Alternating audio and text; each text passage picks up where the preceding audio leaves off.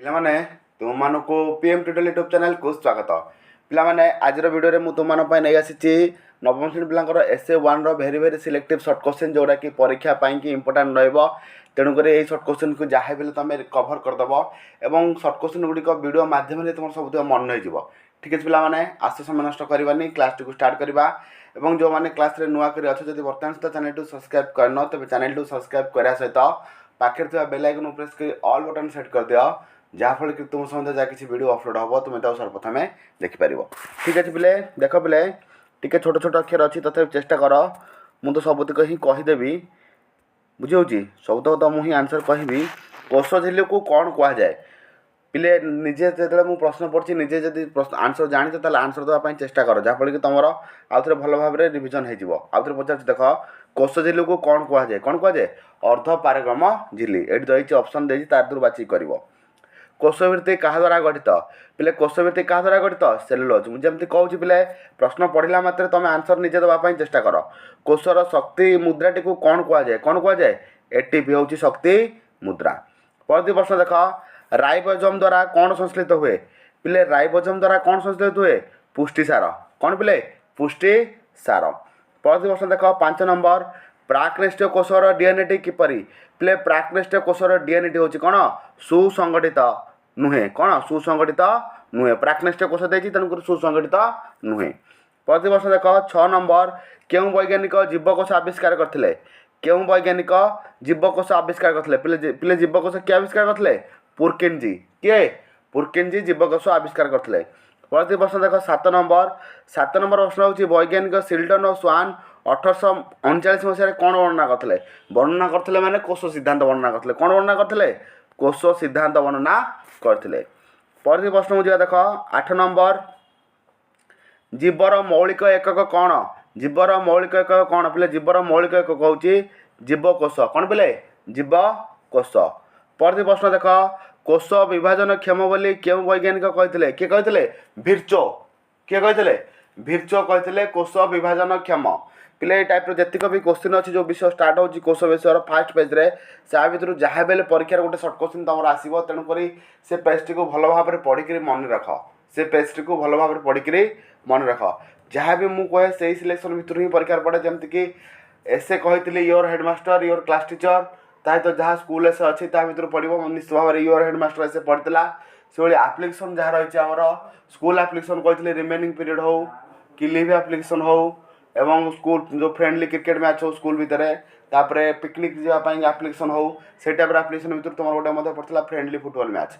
तेणुक पिले आउ shirt question जब कवर करने चाहूब 100 मार्क जो 100 सिलेक्टिव सर्ट क्वेश्चन वीडियो ये वीडियो एंड स्क्रीन में पाइब, नचे ना प्ले लिस्ट जो प्ले लिस्ट बनाई से तुम पाइब। ठीक है पिला टिके रेस्ट नहीं।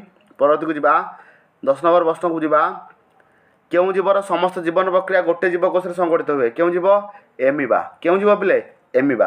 परवर्ती प्रश्न देख कहार कोष प्राक्नेष्टीय कोष, कहार कोष प्राक्नेष्टीय कोष, कहार कोष पिले ना नीलहरित शैवाल, नीलहरित शैवाल कोष हूँ कौन गोटे प्राक्नेष्टीय कोष।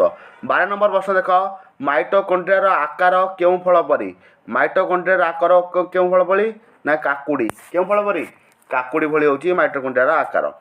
परवर्ती प्रश्न पे देख 13 नंबर प्रश्न होची कोष विभाजन केउं अवस्था क्रोमोजोम बा क्रोमाटिड अवस्था देखा जाए, क्रोमाटिड कौ अवस्था देखा जाए पिले ना मेटाफेज अवस्था मन रख। कोषर मेटाफेज अवस्था जो कोष विभाजन हुए से मेटाफेज अवस्था कौन देखा जाए क्रोमाटिड देखा जाए, तेणुकर मेटाफेज हूँ सठिक उत्तर। परवर्ती प्रश्न पे देख 14 नंबर क्रोमोजोम क्या द्वारा गठित पिले, क्रोमोजोम क्या द्वारा गठित मन रख पुष्टिसार और डीएनए क्या द्वारा गठित पुष्टिसार और डीएनए द्वारा क्रोमोजोम गठित। वेरी इंपोर्टेंट शॉर्ट क्वेश्चन पिले क्रोमोजोम क्या द्वारा गठित आउ थे कही रखुच देख पुष्टिसार और डीएनए द्वारा क्रोमोजोम गठित। परवर्ती प्रश्न केउंटे एक कोषी जीव नुहे पिले, केउंटे एक कोषी जीव नुहे देख पिले छतु। किए पिले छतु हूँ एक कोषी जीव नुहे। परवर्ती प्रश्न 16 नंबर जा केउं जीवर कोष सुनिष्ठीय पिले, केउं जीवर कोष हूँ सुनिष्ठीय प्लेट देख एमिबा, एमिबा कोषटा हूँ कौन गोटे सुनिष्ठीय कोष। परवर्ती प्रश्न 17 नंबर जा पुरकिनजी आदिजीवक रॉबर्ट ब्राउन डैश पिले, पुरकिनजी कौन आविष्कार कौन बाहर करते ना आदिजीवक, सेमती रॉबर्ट ब्राउन कौन बाहर करते ना नेस्टी कौन बाहर करते नेस्टी 17 नंबर नेस्टी हूँ बोले सठिक उत्तर। परवर्ती प्रश्न 18 नंबर जी देख उद्भिद कोषटा हूँ आयत घनाकार आकार आ प्राणी कोषटा आकार केमतिया ना गोलाकार बुझिपारे बोले उद्भिद कोषर आकार हूँ आयत घनाकार प्राणी कोषर आकार हूँ केमतिया गोलाकार भेरी भेरी इंपोर्टेंट शॉर्ट क्वेश्चन पे सब यही टाइप क्वेश्चन ही परीक्षा आसो। परवर्ती प्रश्न 19 नंबर देख फलर रंग हूँ वर्णलबक आलोक शोषण जो करने जो लबकटा दरकार हुए सेटा हूँ हरित लबक पे मन रख उद्भिदर मूल बा चेर थाए श्वेत लबक बुझी फूल फल थाए वर्णलबक आ पत्र थाए हरित लबक जोटा सबुजकण बा हरित लबक थाए। परवर्ती प्रश्न देख पे 20 नंबर मूला हूँ वर्णहीन लबक मूला देखुव धला रंगर जोटा कि चेर से तार तेणुक सी हूँ वर्णहीन लबक किंतु मंदार फूल हूँ कौन रंगीन लबक कौन बोले रंगीन लबक। परवर्ती प्रश्न हो 21 नंबर प्रश्न देख जीवाणु प्राक्नेष्ट कोष नीलहरित शैवाल डैश पे जीवाणु हूँ प्राक्नेष्ट कोष से भाई नीलहरित शैवाल हूँ प्राक्नेष्ट कोष कौन बोले नीलहरित शैवाल गोटे हूँ कौन प्राक्नेष्ट कोष। परवर्ती प्रश्न देख 22 नंबर मूला हूँ वर्णहीन लबक मूला हूँ कौन वर्णहीन लबक देख पे आंब पत्र पत्र देती पत्र कौन लबक थाए हरित लबक पत्र कौन थाए हरित लबक जब फूल फल देता हूँ रंगीन लबक। परवर्ती प्रश्न पे देख 23 नंबर प्रश्न कौन रही उद्भिद कोष केउंटी असत्य पे उद्भिद कोष कौन थाए सेंट्रोजोम गुड़िक गोलाकार रूप थाए यही जिनसा जो देटा ही बोल देती कौन सेंट्रोजोम न थाए उद्भिद कोष बुझिपार।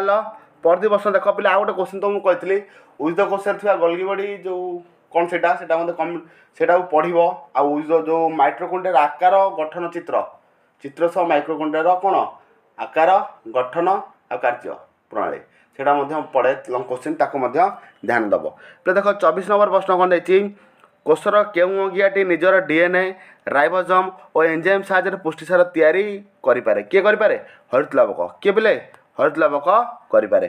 परवर्ती प्रश्न पे देख 25 नंबर प्रश्न पे कौन रही कोष तैयारी करने और विभिन्न प्रकार एंजाइम क्षरण करने जीवकोश केउं अंगिया जो संभव होती केउं अंगिया जो डिक्टियोजोम जो क्या जो संभव होती डिक्टियोजोम जो।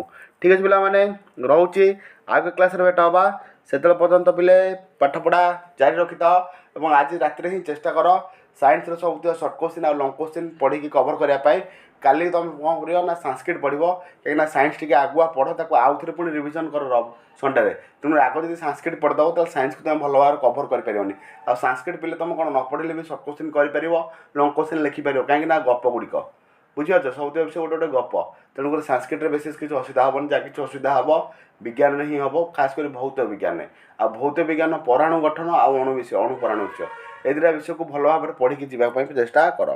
ठीक अच्छे पे रोचे आगे क्लास भेट हाँ से समस्त विदाय।